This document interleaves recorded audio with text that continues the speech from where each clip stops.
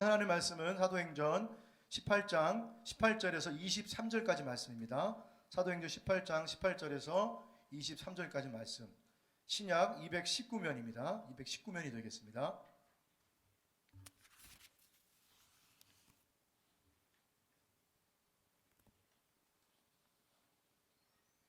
이 말씀을 한 절씩 교독하시고 마지막 절은 함께 봉독하도록 하겠습니다. 바울은 더 여러 날 머물다가 형제들과 작별하고 배 타고 수리아로 떠나갈새 브리스길라와 아굴라도 함께하더라. 바울이 일찍이 서원이 있었으므로 겐그리아에서 머리를 깎았더라.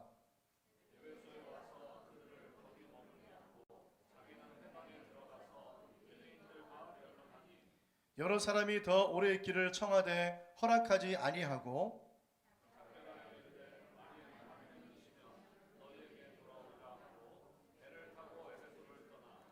가이사랴에 상륙하여 올라가 교회 안부를 물은 후에 안디옥으로 내려가서 얼마 있다가 떠나 갈라디아와 브리스기아 땅을 차례로 다니며 모든 제자를 굳건하게 하니라.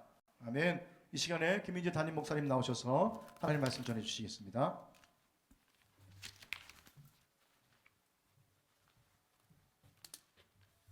할렐루야. 예배 함께 하신 여러분들 주님의 이름으로 환영하며 축복합니다.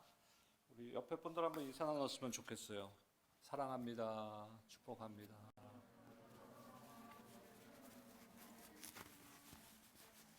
우리 아마 저희 가족이라서 소개 안 하신 것 같은데 우리 미얀마 선교하시는 장성일 선교사님, 제가 눈이 나쁜데 참석하셨죠? 예, 장성일 선교사님 참석하셨습니다. 환영합니다. 미얀마 가시기 전에 저희 교회 또 함께 섬기시다가 또 나가셔서 지금 1년에 한두 번 정도 건강 체크업과 여러 가지 이유로 오시는데 이번에도 아마 부스터샷 맞고 여러 가지 건강 체크업하기 위해서 오신 것 같습니다. 여러분 한 주간 어떻게 지내셨습니까? 답이 나와야죠. 잘 지냈습니다. 지난주 말씀에서 사도 바울이 고린도에서의 사역을 시작할 때 두렵고 떨리는 마음으로 시작했다고 성경은 기록하고 있습니다. 두렵고 떨리는 마음. 사도 바울 하면은 우리가 볼 때는, 우리 같은 평범한 신앙인들이 볼 때는 참 위대한 신앙인이고 훌륭한 신학자이고 성경학자이고 또한 선교사, 그러한 분도 그 고린도와 같은 지역에서 사역을 시작할 때 두렵고 떨리는 마음으로 시작했다고 성경은 기록하고 있습니다. 그때 하나님께서 사도 바울을 위로하심으로써 힘을 주시고 사역을 할 수 있도록 함께 하셨음을 지난주 말씀을 통해서 우리가 받았습니다. 우리가 힘들고 어려울 때 때로는 고난당하고 또 사도 바울과 같이 앞에 엄청난 그 대적과 같은 상황 가운데서 두렵고 떨릴 때 우리에게 가장 필요한 것은 바로 위로입니다. 위로.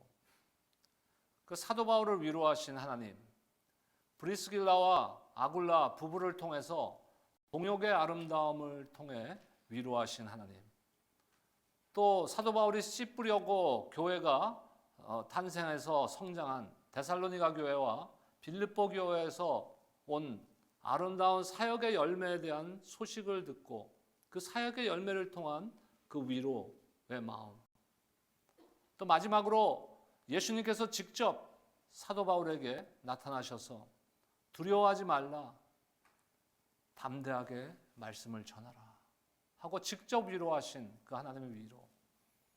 우리가 이 땅을 살아가면서 우리에게 가장 필요한 것은 바로 그런 주님의 위로인 줄로 믿습니다.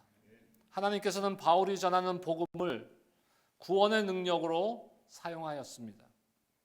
하지만 복음을 전한 사도 바울의 능력이 아니라는 것을 우리는 잘 압니다.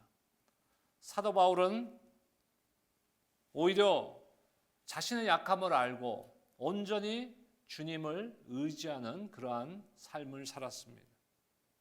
복음의 능력이 어디에 있습니까? 훌륭한 사역자에게 있습니까?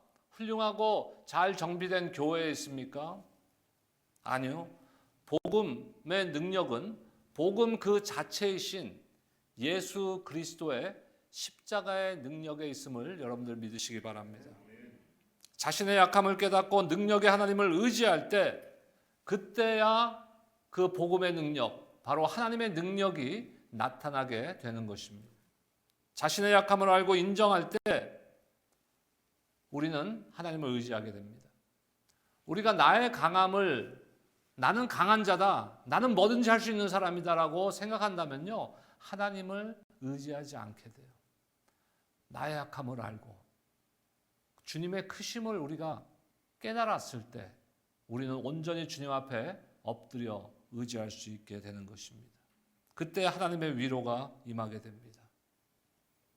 바울은 고린도에서 하나님의 은혜 가운데 1년 반여의 사역을 하고 많은 사람들이 하나님 앞으로 돌아오는 놀라운 역사를 경험합니다. 바울은 그곳에서 더 오래 머물면서 편하게 사역할 수도 있었어요. 하지만 바울은 형제처럼 지냈던 교인들을 떠나 이제 수리아 안디옥으로 떠납니다. 그 이유가 무엇일까요? 오늘 본문 18절 말씀에 그 이유를 설명하고 있습니다. 우리 18절 말씀 한 목소리로 함께 읽겠습니다. 시작. 바울은 더 여러 날 머물다가 형제들과 작별하고 배 타고 수리아로 떠나갈새 브리스길라와 아굴라도 함께하더라. 바울이 일찍이 서원이 있었으므로 겐그레아에서 머리를 깎았더라. 왜 떠났어요? 하나님 앞에 서원한 것이 있었기 때문에 떠났다라고 성경은 기록하고 있습니다. 그 서원이 무엇일까요? 서원은 하나님께 맹세하고 약속하는 기도입니다. 바울은 고난과 위험 중에서 하나님께 서원했습니다. 머리를 깎는 그 행위는 일정 기간 하나님과의 약속을 지키겠다는 그 자신의 결단을 나타내는 것이에요. 존 칼빈은 바울이 가지고 있던 원칙을 자신이 지키기 위해서 서원을 했다라고 해석하고 있습니다. 바울의 원칙이 무엇입니까, 여러분? 바울의 삶의 원칙, 사역의 원칙, 선교의 원칙은요, 하나예요. 자신이 사역하는 동안, 자신이 숨쉬고 이 땅에 살아가는 동안에 한 영혼이라도 주님 앞에 더 돌아오게 하는 것, 그것이 바로 사도 바울의 삶의 원칙이고 사도 바울의 사역의 원칙인 것입니다. 어떤 학자들은 또 고린도에서 1년 반 동안 사역할 때 받은 특별한 은혜 때문이라고 해석하기도 합니다. 중요한 것은요, 존 칼빈의 해석이든 다른 신학자나 성경학자들의 해석이든 틀린 말은 아니에요. 근데 가장 중요한 것은 무엇이냐면요, 사도 바울의 삶의 목적이, 사역의 목적이 한 영혼이라도 더 구원하겠다는 것입니다. 그래서 가는 곳마다 복음을 전하고 복음의 진리를 지키기 위해서 변론하고 그곳마다 하나님의 은혜 가운데 믿는 자의 수가 더해지고 교회가 세워지는 놀라운 역사가 일어나게 된 것입니다. 그리고 오늘 말씀의 주제와 같이 제자들이 굳건하게 세워졌습니다. 이번 주 암송 구절입니다. 22절과 23절 말씀을 우리 한 목소리로 함께 읽겠습니다. 이번 주 한 주 동안 여러분들 마음에 품고 암송하시기 바랍니다. 22절, 23절입니다. 시작. 가이사랴에 상륙하여 올라가 교회 안부를 물은 후에 안디옥으로 내려가서 얼마 있다가 떠나 갈라디아와 부르기아 땅을 차례로 다니며 모든 제자를 굳건하게 하니라. 아멘. 모든 제자를 굳건하게 하니라. 교회의 사명은요, 마태복음 28장 마지막 부분에 우리에게, 제자들에게 주시고 모든 세대의 교회에게 주신 바로 지상대 사명, 그레이트 커미션, 그것이 우리의 사명인 것이에요. 교회의 사명입니다. 그것은 무엇입니까? 모든 민족으로 제자를 삼아 아버지와 아들과 성령의 이름으로 세례를 베풀고 내가 너희에게 분부한 모든 것을 가르쳐 지키게 하라. 우리가 전해야 됩니다. 근데 전하는 것으로 끝나는 것이 아니라 모든 민족으로 제자를 삼아야 된다는 것이에요. 그리고 가르쳐 지키게 하는. 다시 말해서 오늘 말씀의 그 핵심과 같이 가르쳐 지키게 함으로써 제자들이 굳건하게 세워져 나가는 것이 교회의 사명이라는 것입니다. 그리고 이 일은 주께서 함께 하심으로 이루어집니다. 우리에게 그냥 너희들 이렇게 해야 돼. 교회는 이렇게 해야 돼. 내가 이제 부활하고 승천할 텐데 아버지 곁으로 갈 텐데 너희들에게 맡긴다. 너희들 알아서 해. 이게 아닙니다. 마지막에 뭐라고 말씀하십니까? 볼지어다 내가 세상 끝날까지 항상 너희와 함께 있을 것이다. 사역은 주님이 하시는 거예요, 여러분. 주님이 일하십니다. 우리가 느끼던 보지 못하던 알지 못하더라도 주님이 일하시고 계시는 것이. 우리는 단지 그 주님이 일하시는 것에 동참할 수 있는 엄청난 특권을 얻은 것입니다. 우리 교회의 궁극적 비전이 뭐라고요? 주보에 나오죠. 5단계의 영적 성장. 마지막이 뭡니까? 재생산. 멀티플라이. 재생산입니다. 무엇을 재생산하는 것입니까? 저와 여러분들 같이 예수 믿고 구원받은 자들을 재생산하는 것이. 그리고 예수님의 말씀을 따르는 제자들을 재생산하는 것이에요. 그리고 교회를 재생산하고 선교사들을, 선교단체를 재생산하는 그러한 재생산이 우리의 궁극적인 비전입니다. 교회는 이 거룩한 사명을 감당해야 됩니다. 전하고 제자 삼고 세례를 베풀고 가르쳐 지키게 하는 것. 이것이 우리의 사명이라는 것. 이것은 해도 되고 안 해도 되는 옵션이 아니라 반드시 우리가 우리 삶에, 우리 교회 사역의 최우선의 프라이어티로 둬야 되는 사명인 것입니다. 3년 4개월 전에 전 예친교회와 요르바인자 장로교회가 연합해서 오렌지 카운티 우리 교회가 새롭게 출발했습니다. 2018년 11월 11일에 우리가 새 출발 예배로 예배를 드렸어요. 교회의 이름을 결정했죠. 왜냐하면 두 교회 어느 쪽 교회 이름을 쓰는 것이 또 문제가 불평이 생길 수 있기 때문에 새로운 이름으로 우리가 정하기로 했습니다. 그래서 익명으로 그 교회 이름을 추천을 받아서 전교인이 투표해서 이름이 결정됐어요.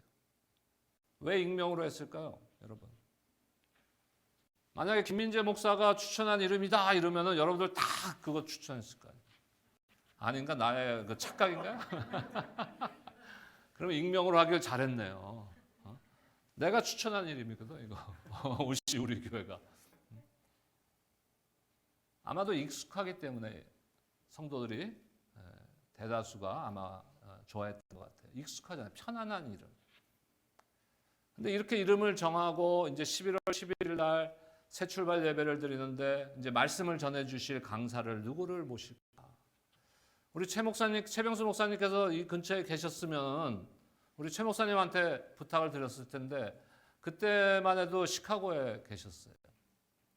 그래서 영상으로 축하 메시지만 보내주시고 제 아내가 신학교 다니던 시절에 은사이신데 닥터 뉴먼, 데니엘 뉴먼이라는 백인 목사님 그분을 강사로 모셨습니다. 그분을 모신 이유가 몇 가지 있어요. 뭐 그 중에 하나는 이분이 아주 독특한 분이에요. 백인 목사님이신데 신학을 한국에서 하셨어요. 그래서 한국의 그 백석 합동 측의 장로교 목사님이세요.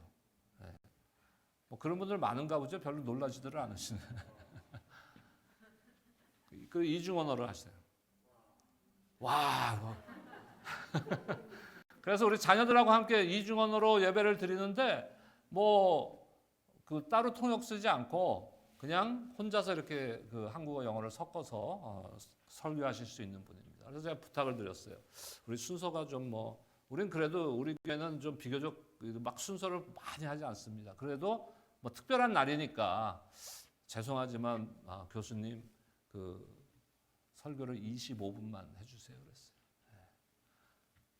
근데 목회하는 목사님이 아니잖아요. 목사님이지만 그 대학 교수시란 말이에요. 신학교 교수시란 말이에요. 강단에 서실 기회가 많지 않아요.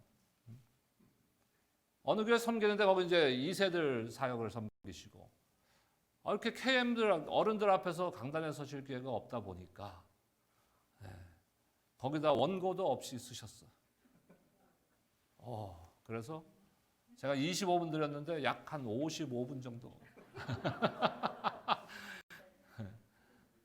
근데 그분을 진짜로 제가 이번에 꼭 그분이 말씀을 전했으면 좋겠다.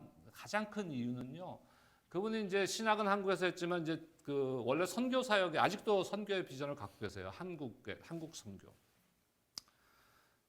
근데 대학 이제 풀러 신학교에서 선교학 박사 논문을 쓰시는데 그 논문의 제목이요. 한국어 우리예요. 우리.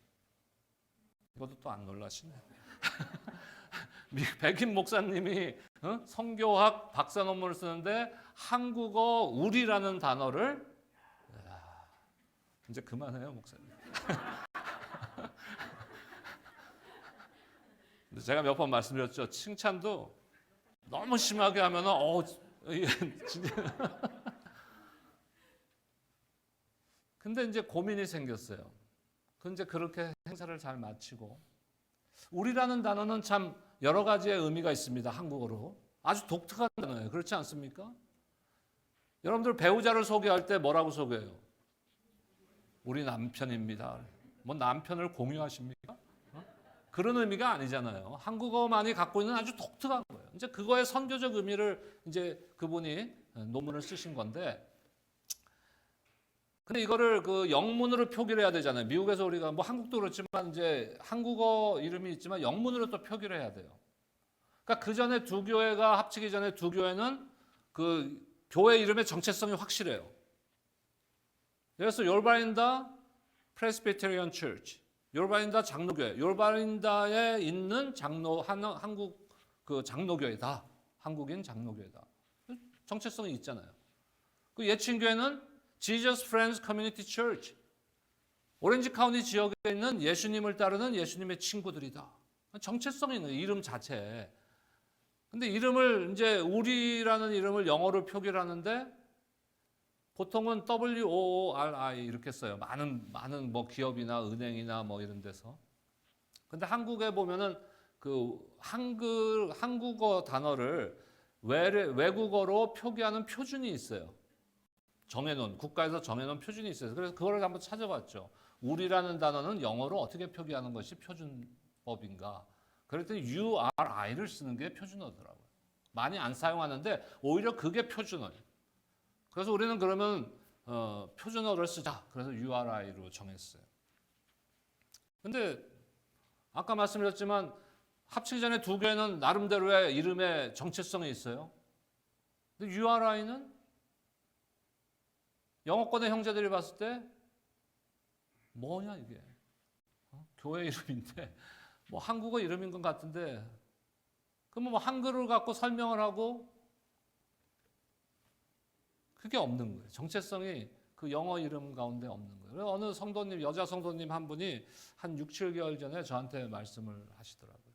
그 부분에 대해서. 영어권의 우리 집사님인데 그래서 URI 그 새 알파벳의 이니셜로 이렇게 단어들을 해서 우리 교회는 어떤 교회다라는 걸 좀 이렇게 나타낼 수 있었으면 그러면 다른 문화권의 형제나 영어권의 우리 2세들이나 이렇게 봤을 때 우리 교회는 이런 교회구나 하는 것을 볼 수 있지 않을까 하는 서제션을 하신 거예요. 맞아. 이게 필요하구나. 우리 여기 같은 미국 교회 퍼실리티를 함께 상영하는데 미국 형제들도 유리 처치 그래. 뭐 유리가 없나 우리는 뭐 무슨 뜻인지 모르죠. 그래서 한 6, 7개월을 제가 기도하면서 고민했어요. 그 완전히 정한 건 아닌데 제 나름대로 최근에 와서 한번 조금 정해봤어요. 근데 완전히 정하지 않았다는 것은 여러분들이 이제 생각해 보시고 기도하시면서 한번 추천을 해줘. 제가 지금 정한 것보다 훌륭하다라고 객관적으로 되면은 그렇다고 안 됐다고 시험에 들지 마시고 되면은 제 자비량으로 여러분들 한 4인 가족이 함께 저녁 식사를 할 수 있는 기프트 카드를 인앤아웃 아닙니다. 맥도날드 아니고 하게 드릴 거예요. 제 아내랑 저기 은호는 안 해봤는데 하게 드릴 거예요. U는 제가 생각하는 U는 유니티, 하나됨, 유니티. 성령께서 하나 되게 하신 것을 애써 지켜가는 교회. 에베소서 말씀이죠. R은 righteousness. 우리가 예수 그리스도의 십자가의 은혜로 의롭다함을 받았잖아요. 그래서 예수님의 의로우심을 닮아가는 교회. 세 번째는 I, integrity. 순수함, 정직함. 순수하고 정직한 신앙을 회복해서 세상에 선한 영향을 끼치고 세상을 변화시키는 교회. 감탄이 별로 없으시네.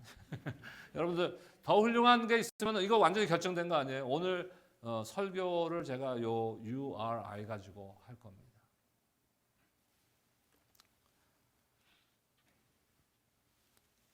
제자를 굳건하게 세우기 위해서 우리는 무엇을 해야 되는가? 어떤 교회가 돼야 되는가? 한번 살펴보기 원합니다. 첫 번째, 유니티. 한 팀을 이루는 교회가 돼야 되는 거예요. 한 팀. 세상은요, 온 세계가 양극화로 난리가 아닙니다. 뭐 사회, 정치, 경제, 문화 할 거 없이 양극화가 너무 극심한 시대를 우리가 살아가고 있어요. 그래서 다른 쪽을 인정하려고 하지 않아요. 우리 조국 대한민국도 그렇죠. 그런데 우리 조국 대한민국이 한 팀이 될 때가 있어. 전 국민이 한 팀이 될 때가 있어요. 언제일까요? 월드컵 축구할 때. 올림픽 금메달 경기할 때. 왜 그럴까요? 모든 국민들이 기대하는 것과 목표하는 것이 같기 때문에 그런 거예요. 같기 때문에.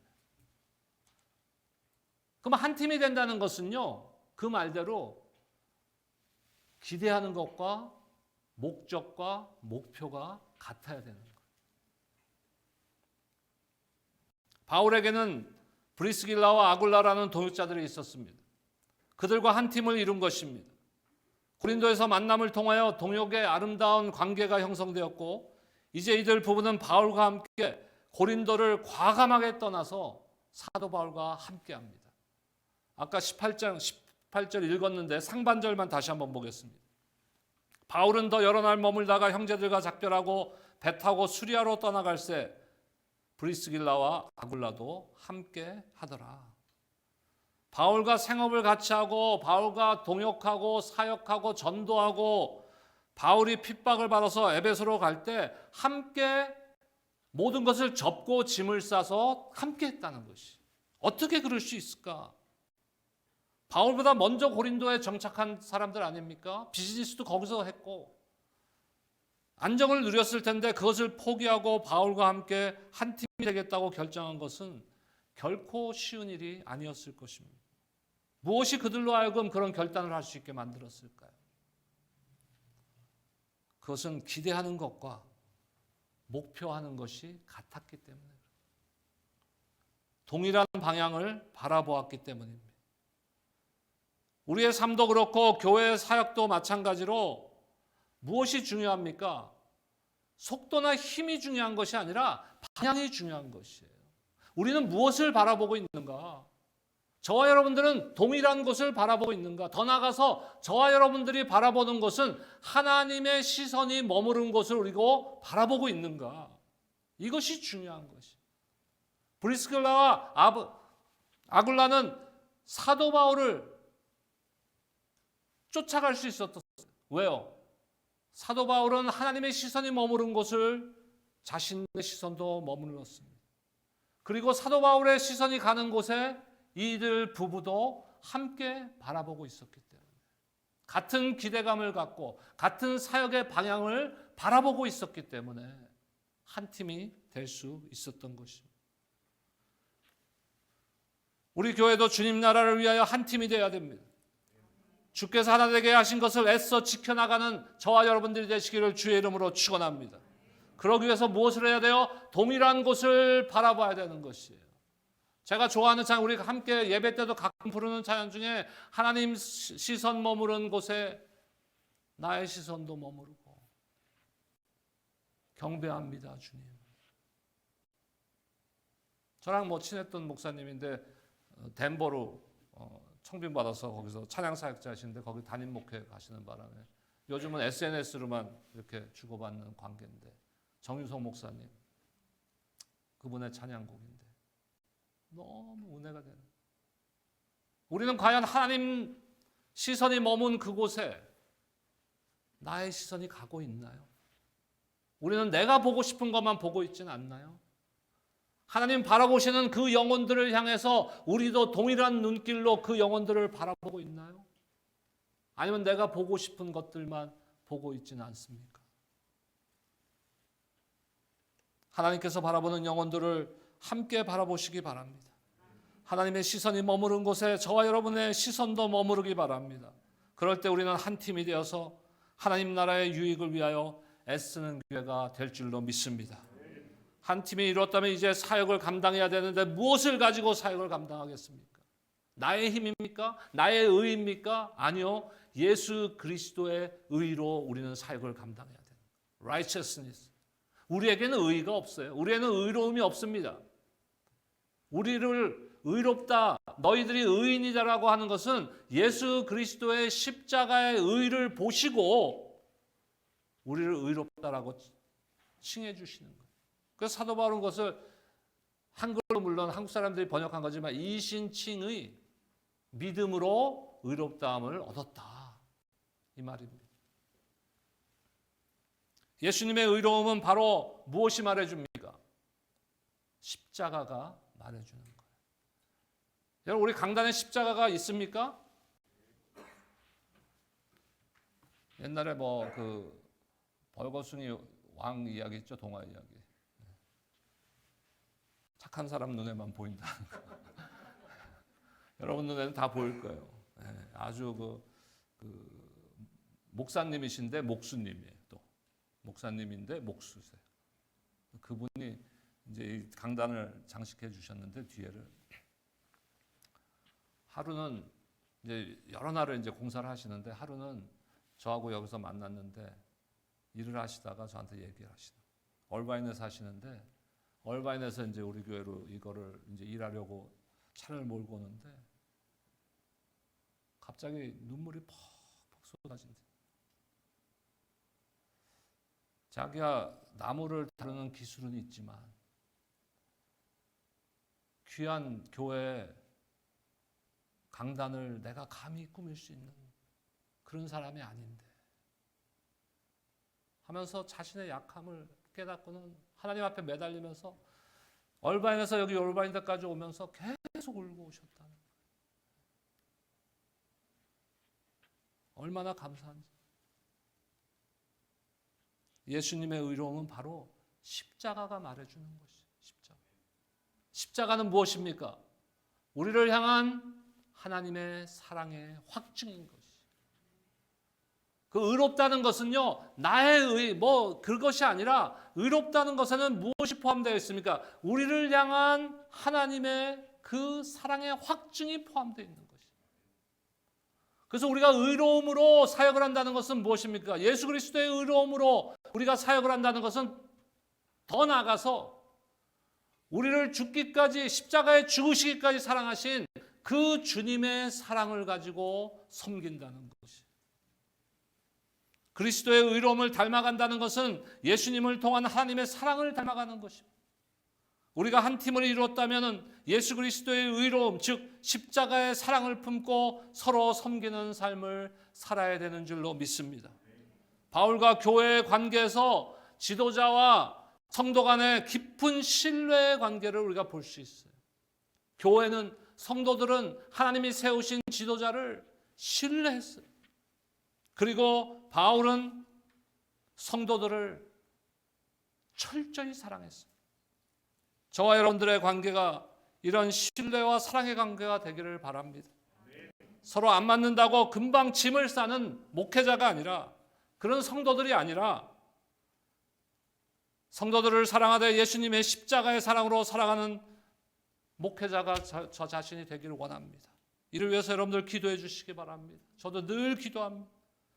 그리고 여러분은 저를 신뢰하되 하나님의 권위로 세웠음으로 신뢰하는 것이에요. 내가 잘나서 김민재 목사가 똑딱해서 신뢰하는 것이 아니라 하나님이 오렌지 카운티 우리 교회 담임 목회자로 그 권위를 세워주셨기 때문에 여러분들은 목자를 신뢰하는 것입니다.